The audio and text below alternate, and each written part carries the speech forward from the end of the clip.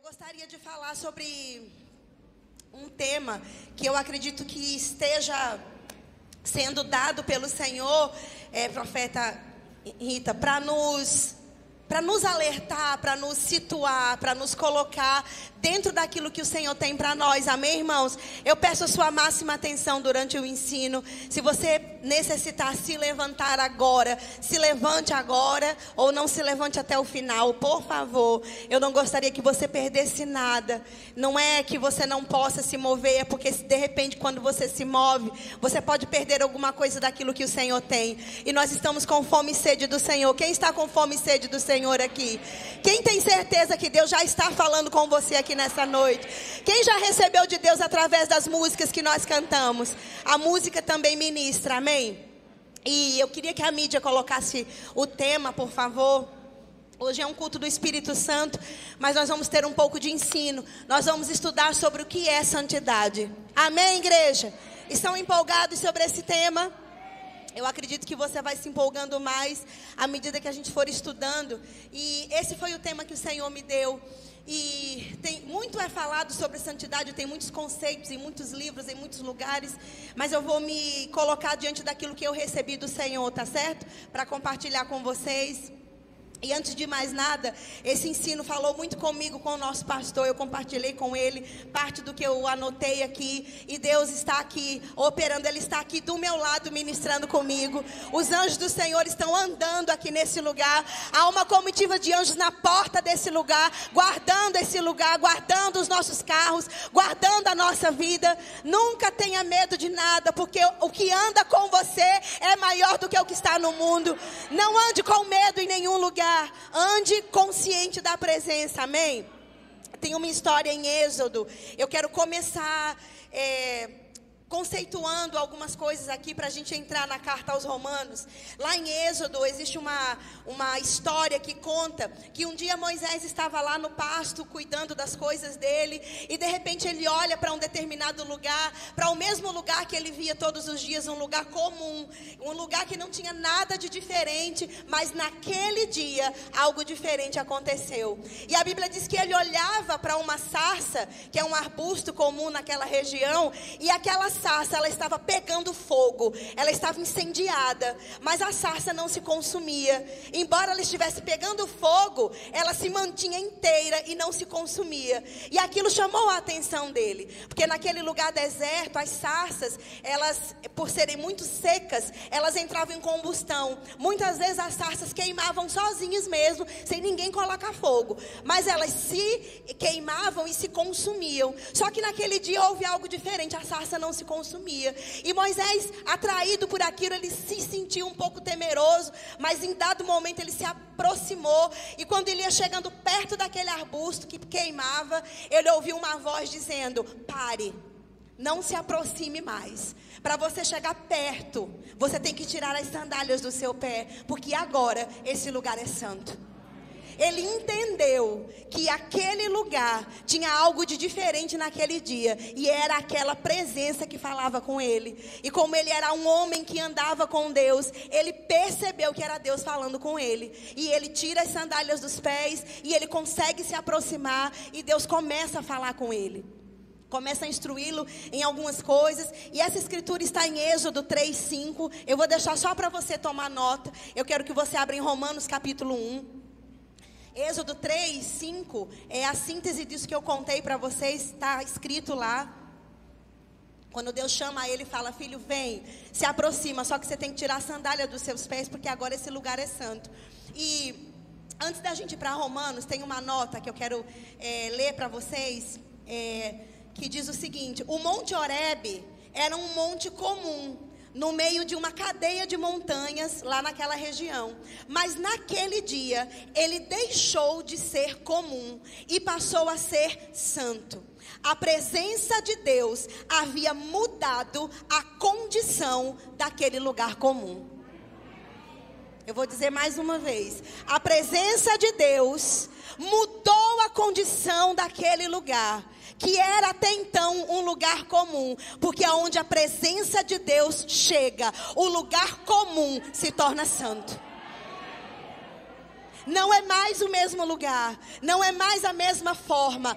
Por fora pode parecer que é um lugar comum, mas existe algo ali que distingue aquele lugar dos lugares comuns. Onde a presença de Deus chega, aquele lugar não é mais comum, não é mais qualquer lugar, não é mais um lugar igual a todos os outros. Pode até ser por fora, mas algo aconteceu ali. Quem está entendendo o que o Espírito Santo está falando nesse lugar? Então nós vamos para um conceito agora de santo, que ele foi tirado lá do Êxodo 3:5, mas que também é o mesmo conceito no Novo Testamento no grego, ele não muda. É muito impressionante como tem o mesmo significado, tanto no Antigo como no Novo Testamento. Eles vão colocar para vocês ou printarem ou copiarem. Santo é a palavra agios, que foi usada ali. Essa palavra significa algo que um dia foi comum, mas agora se tornou separado, consagrado, para nunca mais ser visto ou usado de forma comum. Deixa eu lhe contar quem é esse lugar hoje. Eu e você. Nós somos esse lugar que a sarça ardente ali, que o Monte Horebe representava. Aquele monte físico, onde Deus esteve habitando ali por um tempo. Hoje ele não está mais lá. Hoje aquela presença que queimava, ela habita em cada homem e mulher que nasceu de novo. Então o conceito diz que ser santo, ou considerar algo santo, é algo que um dia foi comum, mas que agora não é mais. Por quê? Porque ele se tornou separado, consagrado. E nunca mais alguém que se torna santo pode ser visto ou usado da mesma maneira que antes. Porque alguém que foi tornado santo encontrou o seu propósito. Amém? Então não é mais algo comum. Você não é comum. Eu não sou comum. Nós não somos mais um na multidão. Nós não somos mais um para fazer número dentro da igreja. Cada homem e mulher aqui, cada criança e adolescente lá em cima, cada bebezinho se tornou santo. Então não é mais comum. Amém? Vamos ver aqui uma resposta para muitos que perguntam, os irmãos que vão ouvir o ensino. Pode ser que tenha alguém aqui hoje presente que se pergunte: para que eu nasci? Qual é o meu chamado? Estou na igreja, fiz o rema, alguns até já fizeram rema. Qual que é o meu chamado? O que eu fui criado para ser? É uma questão muito legítima de muitos irmãos. E Paulo responde em Romanos 1. Tem outros textos que falam também, mas a gente vai começar aqui. Romanos capítulo 1. Tem uma resposta aqui maravilhosa do Espírito Santo. Eu quero que você grife na sua Bíblia, que você anote essa escritura. Romanos 1:7. Hoje a unção do ensino está aqui nesse lugar, amém? Pairando aqui nesse ambiente. Vocês estão como uma plateia maravilhosa, atenta e recebendo. A gente que ensina sabe quando o povo está recebendo, porque tem presença de Deus aqui nesse lugar. Amém, irmãos? Deus se move no barulho, no silêncio. Deus se move quando clamamos, gritamos, quando estamos sentados anotando, né? Deus se move como Ele quer. E Paulo responde aqui no 7, ele diz assim, Romanos 1:7. A todos os amados de Deus que estáis em Roma, chamados para serdes santos. Graça a vós outros e paz da parte de Deus, nosso Pai, e do Senhor Jesus Cristo. Diga: eu fui chamado para ser santo.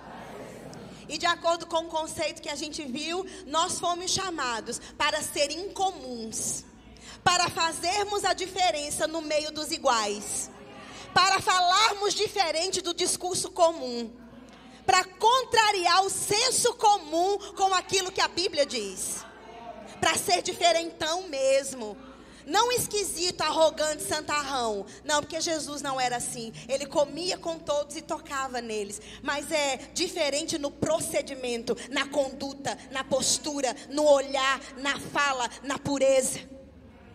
É assim que a Bíblia ensina. Então Paulo diz aqui, nós somos chamados para ser santos. Sabe, irmãos, quando a gente se dedica a se manter em santidade, a consagrar a nossa vida, a buscar a Deus, enquanto nós estamos nesse exercício, se Deus tem uma chamada de púlpito ou não para nós, Ele vai revelar, Ele vai falar com a nossa liderança, Ele vai sinalizar no nosso espírito, Ele vai encaixar como um quebra-cabeça. Deixa eu lhe dizer, o maior interessado em que você entre no chamado nem é você, é Deus. Ele está mais interessado que você em colocar o microfone na sua mão. Ele precisa do microfone na sua mão, porque anjos não pregam, homens pregam, mulheres cheias do Espírito pregam. Então Ele está desejoso de se revelar. Mas Paulo disse aqui, nosso chamado, universalmente falando, para todo crente, é ser santo. Amém, queridos? Vamos para frente? Quero que você abra na primeira carta aos Coríntios, capítulo 1. 1 Coríntios, capítulo 1. Vamos ver? E o teclado está, ressuscitando, meu filho? Tudo vai bem, tudo bem. Primeira carta aos Coríntios, capítulo 1. Eu quero ler com vocês o 1 e o 2, tá bom? 1 Coríntios 1, versículos 1 e 2. Paulo, chamado pela vontade de Deus para ser apóstolo de Jesus Cristo, e o irmão Sóstenes, a igreja de Deus que está em Corinto, grife a partir daqui se você quiser na sua Bíblia, aos santificados em Cristo Jesus, chamados para ser santos, com todos os que em todo lugar invocam o nome do nosso Senhor Jesus Cristo, Senhor deles e nosso. Graça e paz a vós outros, e paz da parte de Deus nosso Pai e do Senhor Jesus Cristo. Eu anotei aqui algo assim, santificados. A palavra original aqui, se você quiser tomar nota, não está no slide. Santificados aqui significa separado do mundo e dedicado para Deus. Quando ele diz nós fomos santificados, nós fomos separados do mundo e dedicados a Deus. Então não só Ele nos tirou do mundo, como Ele nos deu um propósito. Ele nos deu uma missão, que é o quê? Viver a nossa vida dedicada a Deus. Agora Jesus disse assim: Pai, eu não oro para que o Senhor tire eles do mundo, mas que o Senhor os livre do mal. Então nós somos santos num mundo caído, aonde nós fomos chamados e santificados para fazermos a diferença. Então Deus não vai tirar você talvez do seu emprego, aonde o pessoal xinga palavrão, aonde o seu patrão é muito mal, do meio dos seus colegas da universidade que tem um comportamento ruim. Sabe por quê? Porque o sal tem que salgar. O santo tem que estar no meio do profano, não para se tornar profano também, mas para santificar aqueles ambientes. Irmãos, aonde um crente entra consciente da presença, o ambiente muda. Irmão, se tem opressão, se tem demônio, aquele demônio, aquela opressão, ela recua, o ambiente fica leve. E as pessoas não entendem, meu Deus, como esse ambiente mudou, porque aquele lugar se torna santo. Porque nós temos e carregamos uma presença santa, que não é só para fazer a gente cair na unção no culto, é para fazer o nosso testemunho brilhar no meio de uma geração em trevas. É para eles olharem para nós e dizerem assim: meu Deus, que diferente. Como pode manter tanta paz, vivendo tanta luta? Eu sei o que ela está passando, eu sei no que ela está crendo, mas ela só chega alegre, ela só chega feliz. O que é isso? É a santidade, é a presença que muda o nosso comportamento. Sem a gente precisar chegar nos lugares de Bíblia aberta dizendo que é crente.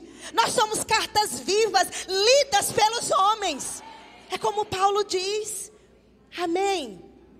Oh, aleluia. Não é para a gente estar num lugar e o povo lendo a nossa Bíblia. É para ler a nossa vida. É para ler a nossa vida. Amém, queridos. E Paulo diz aqui de novo, ele disse em Roma, ele disse em Corinto: vocês foram chamados para ser diferentes, incomuns, santos. Amém? E eu anotei aqui, anote a escritura que eu vou dizer, nós não vamos lê-la, eu quero que vocês leiam em casa. 2 Coríntios 5:17. que diz que nós somos nova criatura.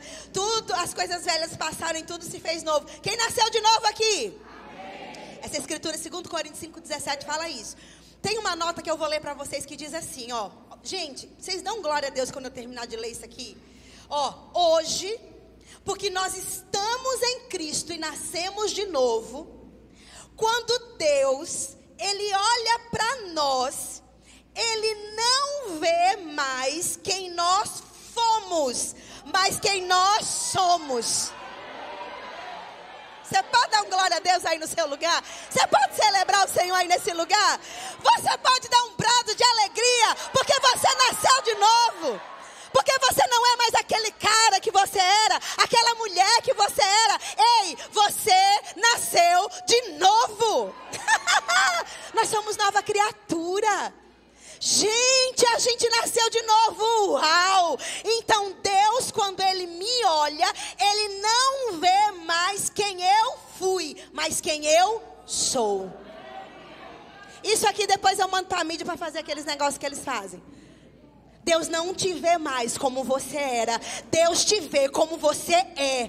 Quem te lembra quem você era é o acusador. Sabia que o nome diabo no grego é acusador?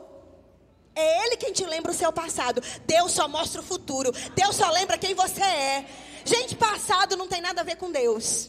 Ele deixou no mar de esquecimento. Paulo manda olhar para frente. Paulo manda olhar para o alto, nunca para trás. Você nunca vai encontrar uma escritura onde Deus te dá a ordem de olhar para trás. Ele só diz: marche, avance, corra, olhe para frente. Amém? Porque é quem nós somos. Quando Ele olha para mim, Ele não vê mais quem eu era, Ele vê quem eu sou. E isso, irmãos, me dá força para eu acordar de manhã e dizer: Senhor, o Senhor nem se lembra mais quem eu era, pois eu decido hoje viver quem eu sou.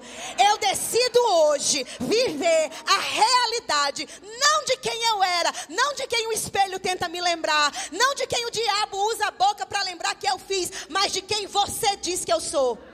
Porque eu sou quem a Bíblia diz que eu sou. Eu posso o que a Bíblia diz que eu posso. E eu tenho o que ela diz que eu tenho. Glória a Deus por isso.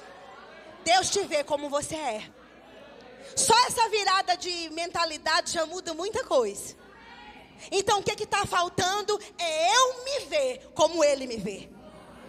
Porque Ele já me vê. A Bíblia já diz. Só falta eu me colocar na mesma direção, me vendo como Ele me vê, falando sobre mim o que Ele diz ao meu respeito. Não mais traumatizada, desajustada, abandonada, falida. Não, sem oportunidade, não. Eu sou quem a Bíblia diz que eu sou. A Bíblia diz que portas se abrem e favor e graça estão sobre mim. Eu sou favorecida. A Bíblia diz que Cristo me conduz em triunfo. Opa, meus projetos eu apresento a Deus e eles são sucesso. Porque eu não vou falir, eu não vou ter prejuízo, porque Cristo me conduz em triunfo. É o que está escrito. Aprenderam sobre isso? Deus não te vê mais quem você era. Por isso que eu falo, reitero o que o pastor ensinou domingo. É por isso que Deus não tem pena de nós, nos chamando de coitadinhos. Não, irmãos. Deus nos chama de menina dos seus olhos, raça eleita, nação santa, sacerdócio real, que vai desfazer as obras do diabo, que vai pisar na cabeça de Satanás, que vai arrombar as portas do inferno e saquear as vidas para Deus, e viver uma vida excelente nessa terra. Uma vida íntegra, reta, batendo no peito e dizendo assim: ó, eu sei em quem tenho crido. Aleluia. Amém, irmãos? Amém. Vamos para frente. E eu anotei aqui: o sangue de Jesus, ele nos purifica. E o Espírito Santo, quando ele veio morar em nós, ele nos tornou santo. Nós somos santos porque o santo habita em nós. Você se alegra com isso? Diga: o Espírito Santo habita em mim, por isso eu sou santo. Não é por obras, não é por nada que nós fizemos, não é por correntes, não é por coisas que a gente faça ou penitências. A única penitência exigida pela lei era o sacrifício de um santo justo. E essa penitência já foi cumprida. Cristo já cumpriu. Restou para nós o quê? a bênção no lugar da maldição. Amém? Ó, ele vai colocar um slide agora, vocês anotarem. Ele é um pouco extenso, se vocês quiserem tirar print, vocês copiam depois no caderno. É o slide número que tá aí, por favor. Eu esqueci o número, não lembro mais não. Ó, aqui. Agora o Espírito Santo habita em nós. E assim como a santa presença de Deus santificou o local físico da sarça ardente lá no Monte Horebe, a sua presença divina em nossa vida estabeleceu limites ao nosso redor que nos separam do resto do mundo. Nós somos agora uma terra santa. Amém, minha gente? Esse excerto foi tirado de Uma Vida em Chamas, o livro do Rick Renner, página 245. Esse livro, ele é maravilhoso. Ele esgotou, só tem um exemplar, mas já está vendido. A gente vai estar fazendo o pedido dele de novo. Vocês já tiraram? Print, a gente vai colocar nos grupos também. Então, o que é que essa nota está dizendo? Por que Deus falou para Moisés? Moisés, você tem que tirar a sandália para você pisar aqui. Aquela sandália do Moisés representa muitas coisas que a gente podia falar aqui. Mas, em suma, ela significa isso. Você tem que viver uma vida separada. Isso que você carregou até hoje aí, você tem que deixar. E você tem que tirar, para que eu te conduza em como você vai ser a partir de agora. E ele disse aqui, essa presença, ela estabelece um limite ao nosso redor, que nos protege. Quando a gente coloca uma cerca elétrica numa casa, coloca um muro mais alto, coloca câmeras e proteção, qual é a nossa intenção ali, quando a gente coloca cerca na nossa casa? A gente quer proteger de invasores, de ladrões, de pessoas que possam invadir a nossa casa e levar as nossas coisas. A gente crê nos anjos, mas não é proibido ter segurança, não é proibido colocar cerca elétrica, não é proibido, amém, irmãos? Bem como não é proibido ter plano de saúde. Proibido é não confiar em Deus, tá certo? Então são coisas que os, entre aspas, espiritualizados demais julgam quem faz. Mas colocar uma cerca elétrica é sabedoria, é prudência, é proteger a sua casa, a sua família. Então quando a gente faz esse aparato todo de proteção, a gente quer o quê? A gente quer resguardar aquilo que tem valor. Sabe que santidade na nossa vida é para resguardar aquilo que tem mais valor para Deus, que é você.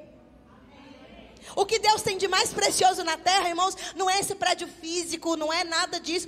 É você, sou eu. Pastor aqui diz sempre, vidas são alvo de Deus. É o patrimônio que Deus mais dá valor, são vidas. Então essa proteção, ela visa nos resguardar. E eu quero que você abra em Romanos capítulo 12, por favor. Romanos 12, 1 e 2. A gente conhece bem bastante esses versículos, mas nós vamos lê-los agora. Romanos capítulo 12. Estão aprendendo, queridos? Está chegando na melhor parte agora, amém? Da gente bem glorificar, tá certo? Vamos lá, vocês me ajudam até o final, tá bom? Romanos 12, 1 e 2. A gente falou de limites, né? De uma cerca que é colocada. Aí Paulo, ele vem falando algo aqui, o seguinte, ele diz assim, Romanos 12, 1 e 2. Posso ler? Está escrito: rogo-vos, pois, irmãos, pelas misericórdias de Deus, que apresenteis o vosso corpo por sacrifício vivo, santo e agradável a Deus, que é o vosso culto racional.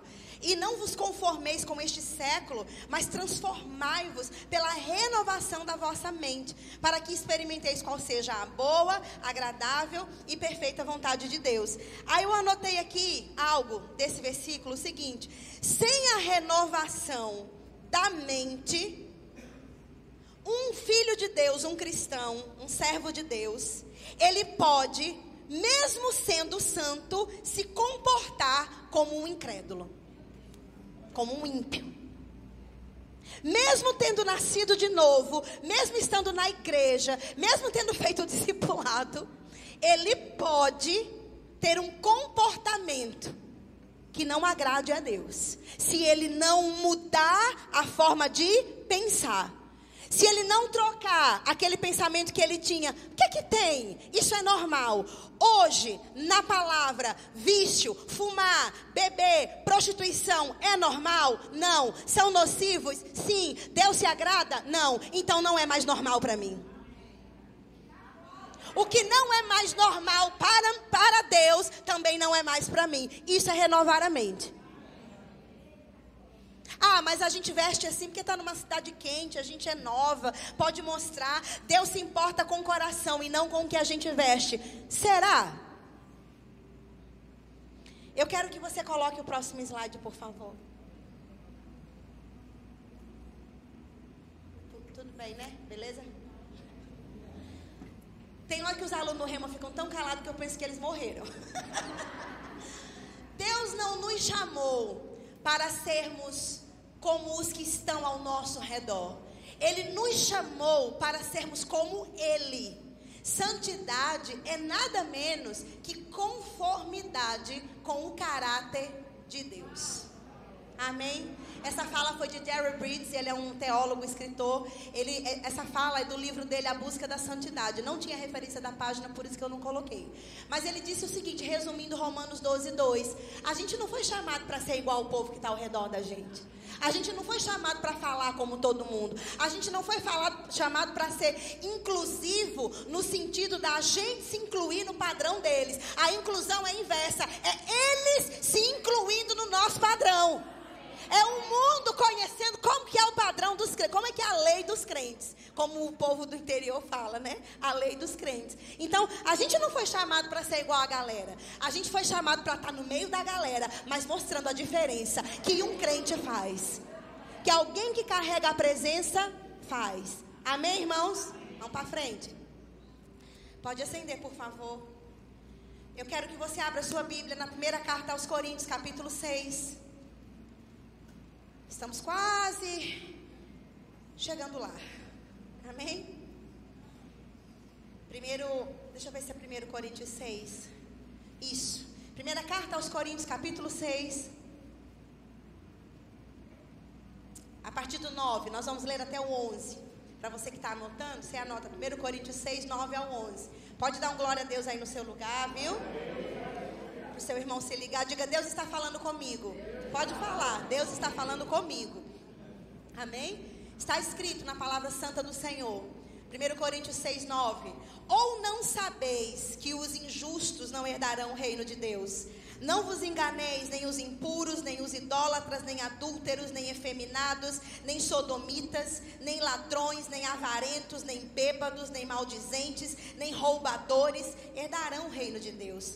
Tais fostes, olha o tempo verbal, grifa aí, fostes alguns de vós, mas vós vos lavastes, aleluia, mas fostes santificados, grife aí, mas fostes justificados, grifa de novo, em o nome do Senhor Jesus Cristo e no Espírito do vosso Deus. Diga, eu nasci de novo. Sabe, irmãos, todo mundo aqui nessa sala, os irmãos que vão ouvir, pode ser que a gente, talvez não nessa lista exata, mas na de Gálatas, por exemplo, 5:19 ao 21, talvez a gente se encaixe ali, tem mais uma relação de obras da carne ali. Todos nós aqui, Paulo diz, andávamos outrora, mas o tempo verbal é passado. Aí ele termina o versículo dizendo, mas se liguem, agora vocês não são mais assim, já foi passado uma borracha naquele passado que se chama o sangue do Cordeiro. Já foi passado, irmãos, ali uma revista ali no seu passado. Já foi dado baixa na carteira que a gente tinha do pecado. O escrito de dívida, Colossenses fala que já foi pago. Então o diabo, ele não pode mais, não dê mais poder a ele de te condenar. Se algum parente seu desavisado lembra do bêbado que você era, ou da prostituta que você foi, ou do mentiroso, do viciado, do preguiçoso que você era, lembre ele agora, ei, eu estou em Cristo. Você está falando de alguém que já morreu. Eu sou um novo homem, eu sou uma nova mulher. Não faça papel de diabo mais na minha vida, de acusador. Você está atrasado mais de 2000 anos, porque a minha dívida foi paga por alguém que me amou tanto, que olhou para mim e disse, vale a pena morrer por ela, valeu a pena ter morrido por você, meu filho, valeu a pena, Jesus ter morrido por você, por cada um de nós. Amém, irmãos? Então renovar a mente é você mesmo se lembrar, você mesmo lembrar a si mesmo quem você é. Tem umas mensagens que o diabo manda pelo Zap, pelo Instagram, que são mensagens, recados do acusador. Rejeite, não responda, não dê atenção, não rebata, apenas viva a sua nova vida com Cristo. Deixe que a sua vida pregue e cale a boca deles.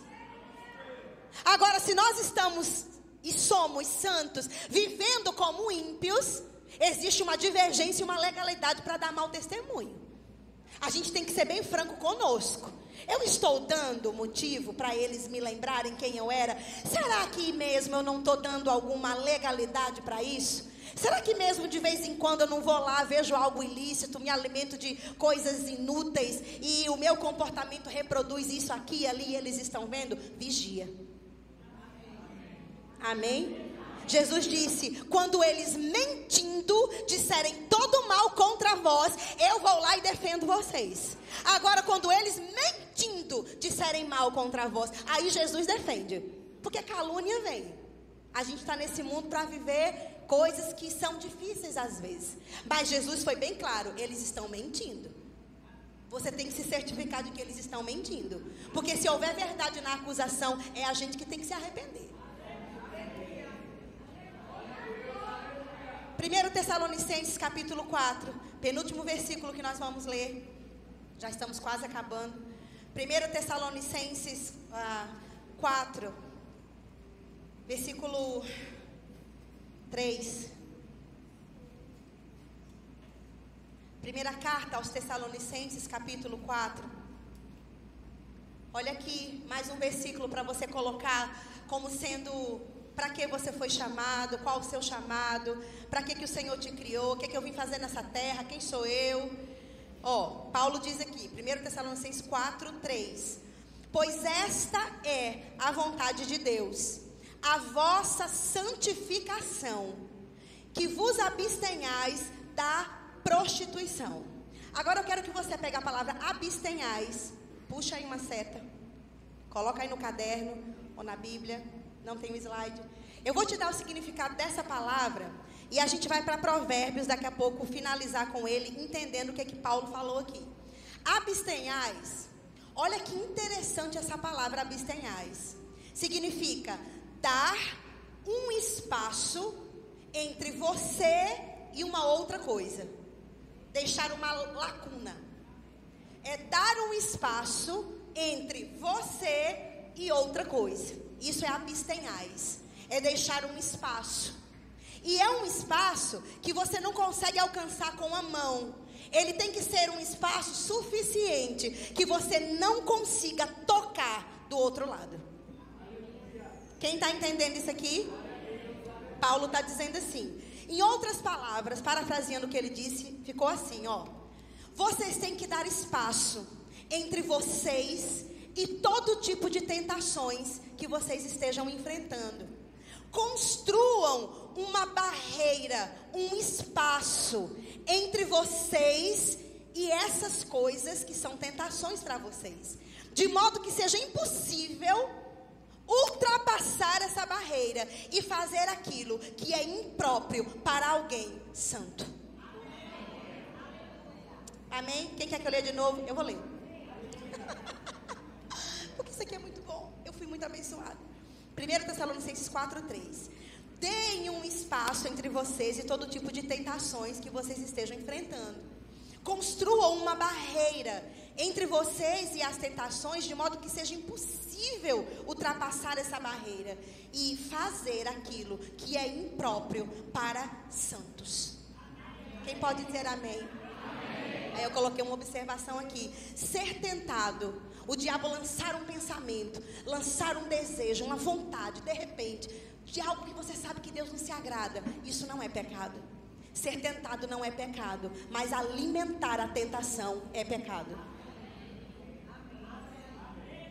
Porque a gente não pode impedir um passarinho de pousar na nossa cabeça, o irmão Reagan dizia. Mas a gente pode impedi-lo de fazer um ninho. Quem sabe que um passarinho não faz um ninho em 5 minutos? Ele demora alguns dias, algumas semanas para construir um ninho completo. Vai lá no YouTube que ele ensina. Então, o que esse versículo está dizendo? A gente não pode impedir que pensamentos ruins, tentações, coisas feias venham para a nossa cabeça, desejos venham. Mas a gente pode impedir que essas tentações, elas criem forma, elas tomem força na nossa vida, ao ponto de nos fazer pecar contra o Senhor. Não precisa da profeta Rita se levantar, nem nenhum outro profeta, para te dizer aquilo que é tentação para você. Não precisa de profeta, né, pastor Samuel, para isso? Cada um sabe, de acordo com Tiago 1, aquilo que é cobiça no seu coração e aquilo que atrai a sua atenção. Tiago diz. E aquilo que atrai a nossa atenção, que a gente sabe que é suscetível para cair, a Bíblia diz: abstenha-se. Crie um espaço entre isso e você, ao ponto que você não consiga pegar com a mão. Se pornografia é a sua fraqueza, bloqueie o seu celular. Hoje há dispositivos que pais e mães podem usar no celular para que os filhos, os adolescentes, as crianças não acessem pornografia. Existem eu não sei como chamam essas coisas que protegem, né, Voninho? Pastor Vone? Que eles são coisas que protegem lá o celular, que impedem de coisas serem enviadas. De repente não é a sua criança que precisa, seja você. Então use esse dispositivo para te proteger, para proteger a você mesmo. De repente dinheiro pode ser uma área que te atraia, ou dinheiro fácil, ou ganho ilícito. E Paulo aqui está dizendo: se abstenha disso, saia de ambientes que vão ser tentação para você. Não fique sozinho, não dê lugar para a aparência do mal. Não dê oportunidade para o diabo te acusar e te envergonhar. Ele está à espreita, irmãos. Tem pastores caindo em adultério. Tem igrejas, irmãos, vivendo escândalos. Coisas estão vindo à luz, porque homens e mulheres de Deus não se atentaram que com o pecado não se brinca. Não é uma brincadeira para crente, irmãos, brincar com o pecado. Pastor Rick Renner conta no livro que ele aconselhou um jovem que tinha relação sexual com a namorada antes de converterem. Os dois converteram, vieram para a igreja e de vez em quando eles caíam, não se mantinham em pureza até o casamento. E o pastor Rick Renner perguntou: meu filho, qual é o ambiente, como é que vocês estão quando vocês caem? Não, eu vou para o apartamento dela e a gente passa a tarde lá. Aí o pastor Rick Renner disse: meu filho, não vá mais para o apartamento dela. Saia do ambiente que facilita o pecado. Gente, quem dá mole para o pecado vai te pegar. Aí sabe o que esse rapaz respondeu? Não, pastor, eu quis testar a minha carne para mostrar que eu sou forte. O pastor Rick Renner disse: meu filho, você tem que resistir ao diabo, mas a tentação, a Bíblia diz, 2 Timóteo 2:22, foge. Não é para resistir, não, é para fugir, irmãos. Tem crente fugindo do diabo, com medo dele e tentando resistir às obras da carne. É o contrário. Resista ao diabo na palavra, mas fuja daquilo que coloca a sua carne para tremer. Cada um aqui sabe a sua área. Ninguém é inocente, irmãos, nessa sala. Até as crianças do DI sabem o que é certo e o que é errado. Elas sabem. Então essa escritura diz: vos abstenhais. Irmãos, e quando Paulo fala aqui especificamente da prostituição, se você for fazer um estudo nas cartas, irmãos, o pecado mais recorrente nesse século e continua até hoje é na área sexual. É prostituição, é gente solteira tendo relacionamento sexual, é marido traindo mulher, mulher traindo marido, homem com homem, mulher com mulher, relacionamentos que não foram feitos para, que não tem a bênção de Deus. E ele diz aqui: fuja, se abstenha disso. De toda forma de pecado, imagem, som, ambientes, pessoas, conversações, músicas, o que quer que seja, que pode despertar ali aquele desejo que desagrada a Deus. Irmãos, a gente sabe quando a tentação chega, todo mundo sabe. A Bíblia conta a história de um rapaz, irmãos, isso, eu vou terminar com isso. Esse rapaz, um rapaz solteiro, bem de vida, com uma condição social muito boa. Ele andava muito desocupado. E a Bíblia conta que ele andava rua acima, rua abaixo. Ele andava na vizinhança de uma mulher muito perigosa, chamada mulher adúltera.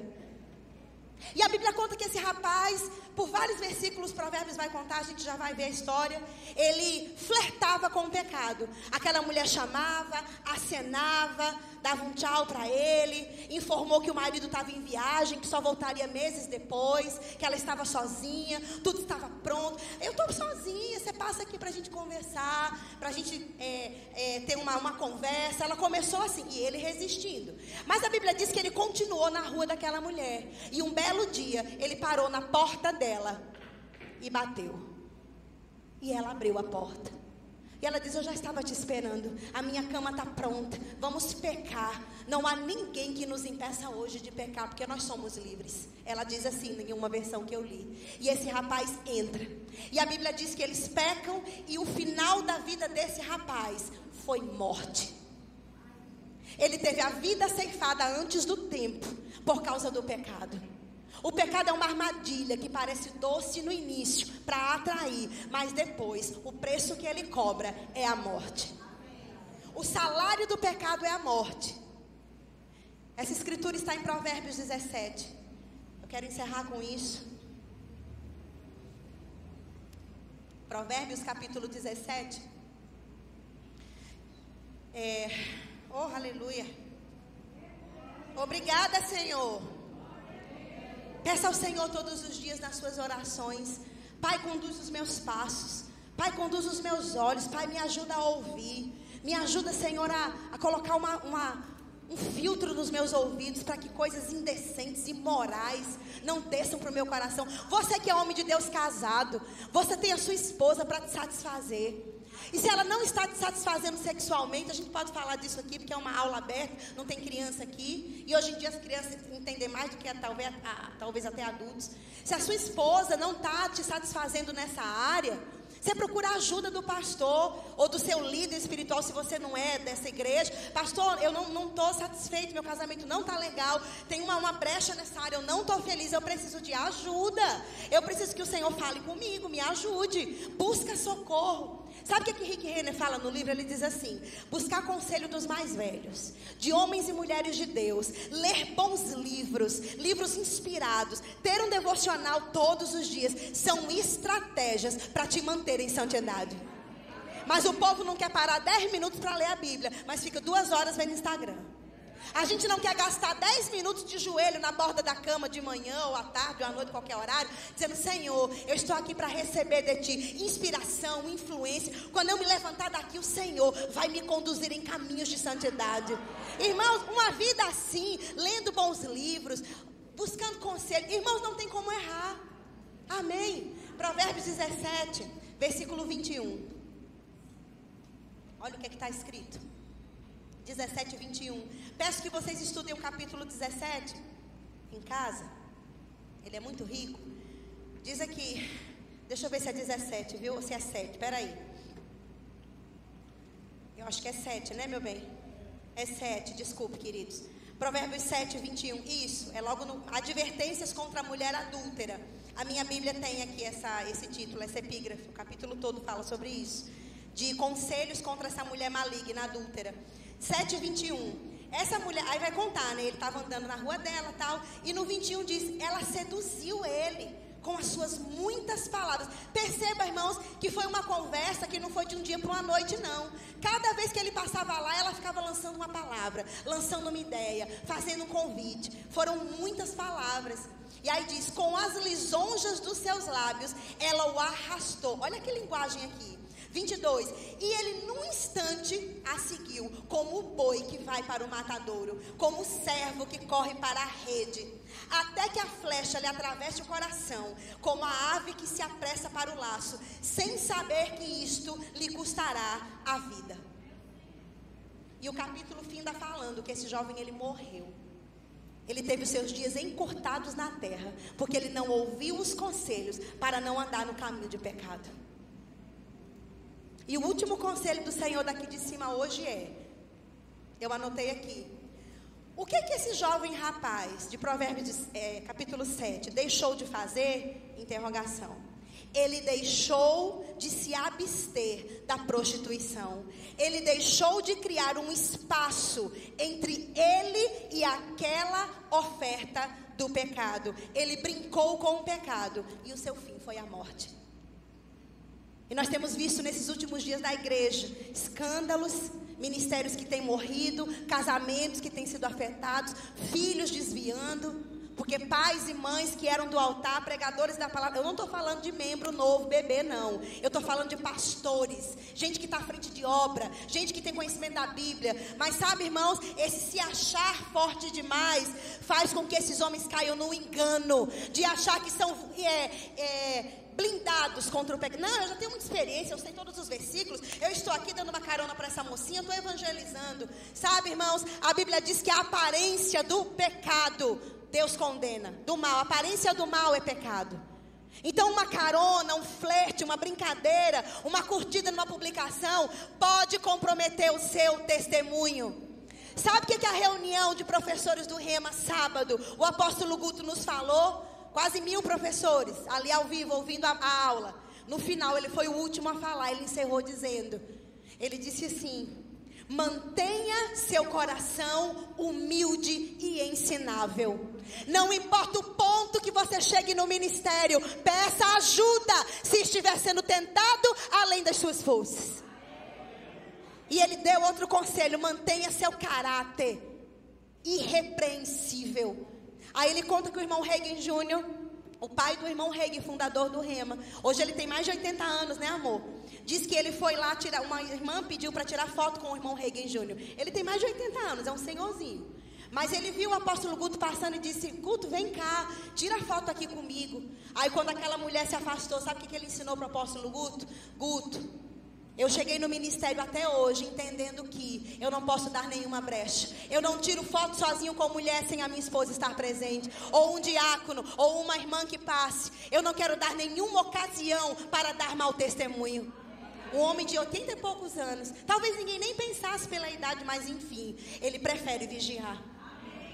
Então esse flerte, essa brincadeira com o pecado, ela pode custar muito caro. Sabe, irmãos, uma brincadeira próxima demais, um chamego demais com quem não é o seu cônjuge, você que é casado, corta essa brincadeira. Ela pode custar bastante caro. Ela pode custar seu testemunho, seu casamento, sua vida, a vida dos seus filhos. Isso é muito sério. Amém? Era isso que o Senhor tinha para dizer hoje.